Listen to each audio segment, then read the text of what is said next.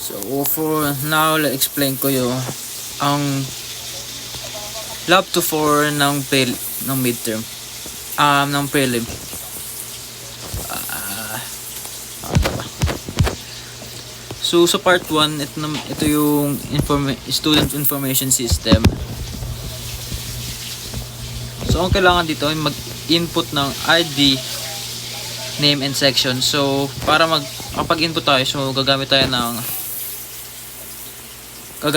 input function.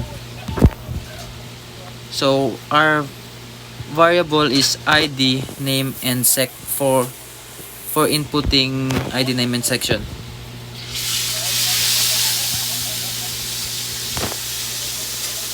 So dito may string dito nakalagay, please your scores. Ay, sorry, nagkulang. So dapat ano siya, please enter your scores. So our scores is nasa decimal siya, so gumamit tayo ng float function para makuha natin yung score at input natin siya sa decimal. At tsaka mag-output rin siya na pa-decimal. So after inputting 3 scores, magkano siya, kukunin niyo yung average niya. So meron tayo ditong equation na AVG equals parenthesis sub 1 plus sub 2 plus sub 3 parenthesis over 3. So over 3. Then ito na ang kakalabasan na output. So first reports, tapos yung name natin, ID and section, and all of our grades from course 1 to 3, then the average, and here is the output.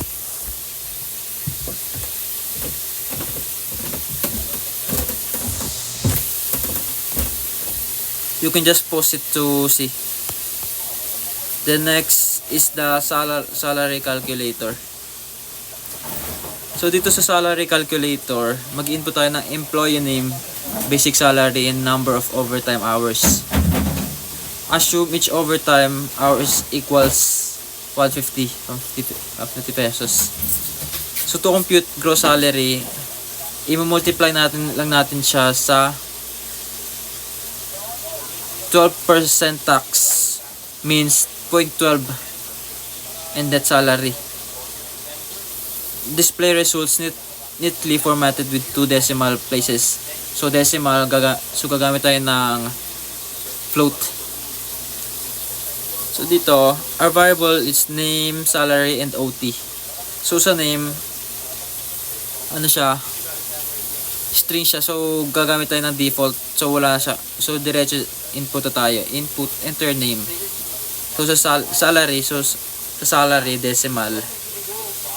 So gamit tayo ng float, then input, enter salary.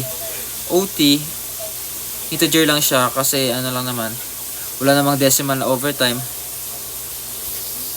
So input, enter OT hours.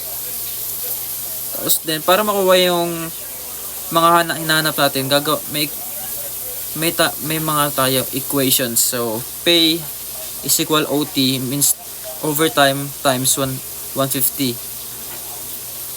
yung assuming overtime hour na payment. Tapos gross equals salary plus pay. Tax equals 0.12, means the 12% tax times gross or gross salary. Then net.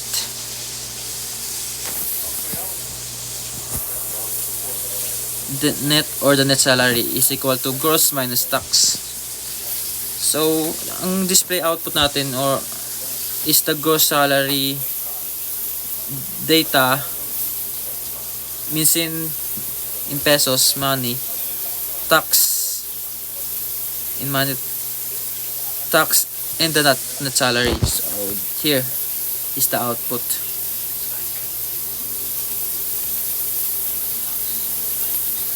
Then sa ano naman tayo sa part 2, which means the leap year checker. Leap year checker, ito yung chine-check kung leap year is nagkaano siya sa 4, 8, 16, 20, 24. Mga ganun. Then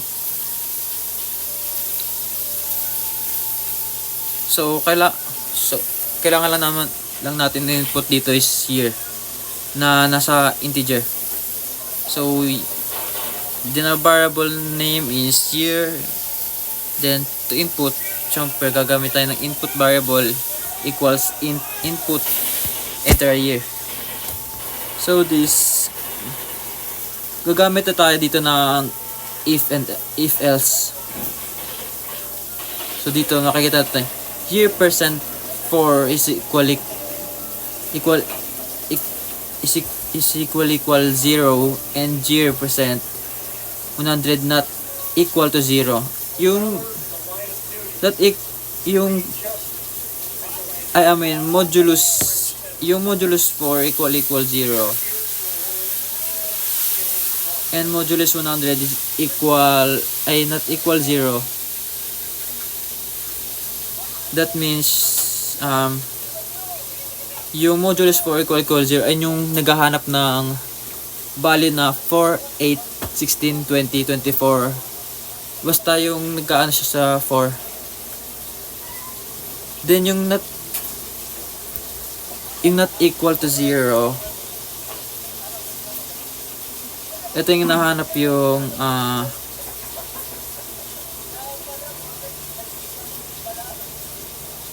dapat yung value niya is mga 100, 200.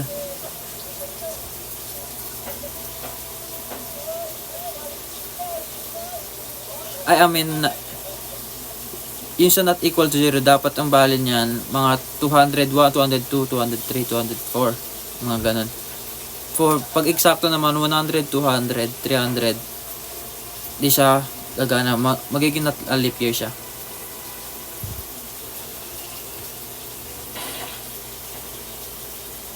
Or same pala kasi may or tayo dito na percent for